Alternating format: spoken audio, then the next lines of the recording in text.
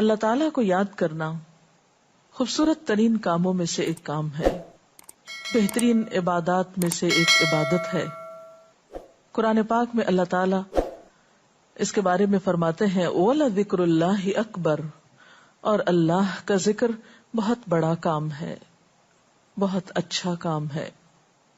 حقیقت یہ ہے کہ انسان جس چیز سے محبت کرتا ہے اس کو ضرور یاد کرتا ہے، اس کا ذکر کرتا ہے، دل ہی دل میں بھی اور زبان سے بھی، کیونکہ جس چیز کی محبت انسان کے دل میں ہوتی ہے وہ چیز زبان پر آ کر رہتی ہے۔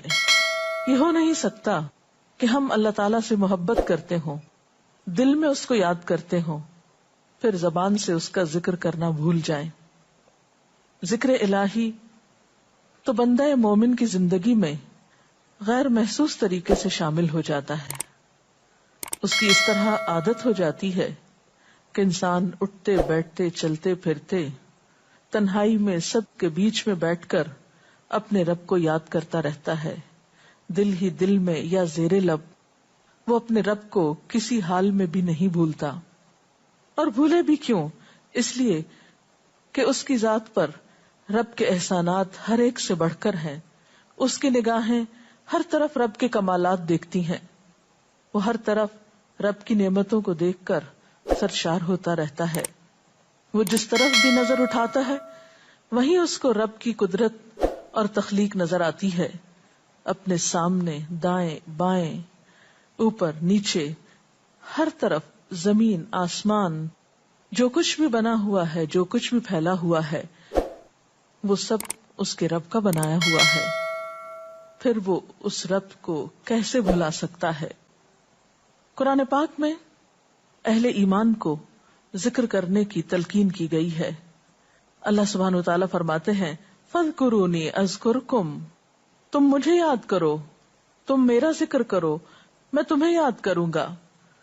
ایک اور جگہ پر فرمایا وَاذْكُرْ رَبَّكَ فِي نَفْسِكَ تَضَرُّعًا وَخِيفَةً وَدُونَ الْجَهْرِ مِنَ الْقَوْلِ بِالْغُدُوِّ وَالْآصَالِ وَلَا تَكُن مِّنَ الْغَافِلِينَ، اور اپنے پروردگار کو دل ہی دل میں عاجزی اور خوف کے ساتھ اور آہستہ آواز سے صبح و شام یاد کرتے رہو، اور دیکھنا غافل نہ ہونا، یعنی رب کی یاد سے کبھی بھی غفلت اختیار نہ کرنا۔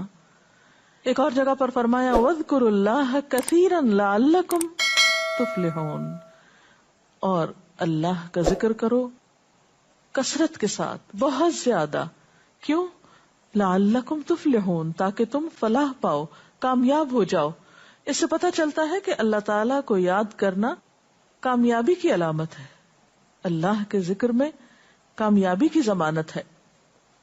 مومن مردوں اور عورتوں کی صفت قرآن پاک میں یہی بیان کی گئی ہے کہ وہ بہت زیادہ اللہ کا ذکر کرنے والے ہوتے ہیں۔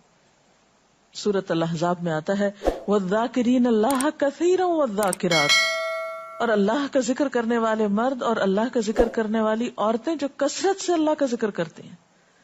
کثیرن اعد اللہ لہم مغفرۃ واجرا عظیما، اللہ نے ان کے لیے بخشش اور بہت بڑے اجر کا وعدہ کر رکھا ہے۔ اور پھر یہ کہ ذکر کرنے کے لیے کوئی خاص وقت مقرر نہیں، انسان ہر حال میں ذکر کر سکتا ہے، ہر وقت میں ذکر کر سکتا ہے۔ نبی صلی اللہ علیہ وسلم کے بارے میں آتا ہے کان یذکر اللہ فی کل احیانہ، آپ ہر وقت میں، یعنی ہر قسم کے وقت میں، دن میں یا رات میں، صبح میں یا شام میں اللہ کا ذکر کیا کرتے تھے۔ حدیث پاک میں آتا ہے، حضرت ابو موسیٰ اشعری سے روایت ہے مثل الذی یذکر ربہ والذی لا یذکرہ مثل الحی والمیت، رواہ البخاری۔ آپ صلی اللہ علیہ وسلم نے فرمایا اس شخص کی مثال جو اپنے رب کا ذکر کرتا ہے زندہ انسان کی طرح ہے، اور اس کی مثال جو اپنے رب کا ذکر نہیں کرتا مردہ شخص کی طرح ہے۔ گویا ذکر کرنے والا اور نہ کرنے والا، ان دونوں کے درمیان اتنا ہی فرق ہے جتنا ایک زندہ اور مردہ انسان میں فرق ہوتا ہے۔ اور یہ فرق کتنا بڑا ہے، یعنی انسان تو وہی ہوتا ہے، لیکن زندہ انسان میں اور مردہ انسان میں زندگی اور موت کا فرق ہے۔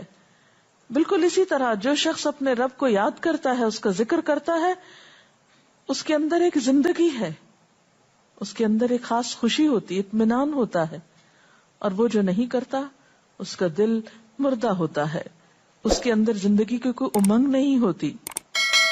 ایک اور حدیث میں آتا ہے، نبی صلی اللہ علیہ وسلم نے فرمایا، اللہ تعالیٰ فرماتا ہے میں اپنے بندے کے خیال کے مطابق ہوتا ہوں یا خیال کے ساتھ ہوتا ہوں، جو خیال وہ میرے بارے میں رکھتا ہے میں اسی کے مطابق اس کے ساتھ معاملہ کرتا ہوں، اور میں اس کے ساتھ ہوتا ہوں جب وہ مجھے یاد کرتا ہے۔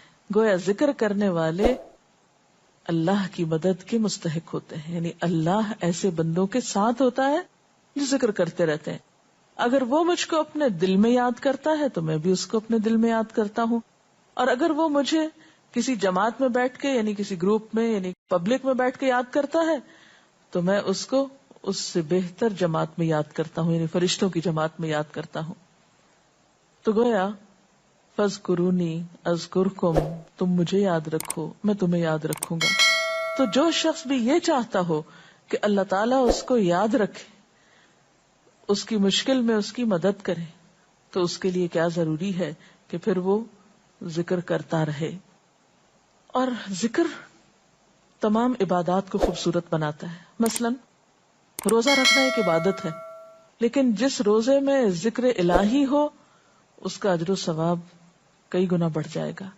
حج ایک عبادت ہے بذات خود، حج کا سفر ایک عبادت ہے، لیکن اس سفر میں انسان اگر ذکر الہی کرتا رہے تو اسی حج کا ثواب کئی گنا بڑھ جائے گا۔ اور نماز تو سراسر ہے ہی اللہ کی یاد کا نام، اقم الصلاۃ لذکری، نماز قائم کرو میری یاد کے لیے۔ اللہ کے ذکر کا بہترین طریقہ ہے۔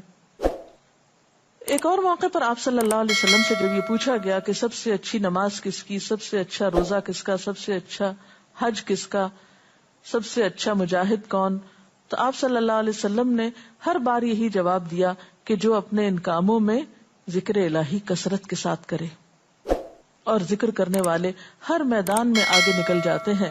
حدیث پاک میں آتا ہے نبی صلی اللہ علیہ وسلم نے فرمایا مفردون سبقت لے گئے۔ لوگوں نے پوچھا کہ یہ مفردون کون ہیں؟ فرمایا وہ مرد جو کثرت کے ساتھ اللہ کا ذکر کرتے ہیں اور وہ عورتیں جو کثرت کے ساتھ اللہ کو یاد کرتی ہیں۔ اور یہاں آپ نوٹ کر رہے ہیں خاص طور پر مردوں کے ساتھ ساتھ عورتوں کا ذکر بھی ملتا ہے۔ حضرت عبداللہ بن بصر فرماتے ہیں کہ ایک شخص نے عرض کیا یا رسول اللہ صلی اللہ علیہ وسلم، بے شک اسلام کے احکام مجھ پر بہت ہیں، یعنی ذمہ داریاں بہت ہیں، کرنے کے کام بہت ہیں، آپ مجھے کوئی ایسی بات بتائیں جسے میں اپنے لیے لازم کر لوں، یعنی میرے لیے آسان ہو اور میں پابندی سے کر سکوں۔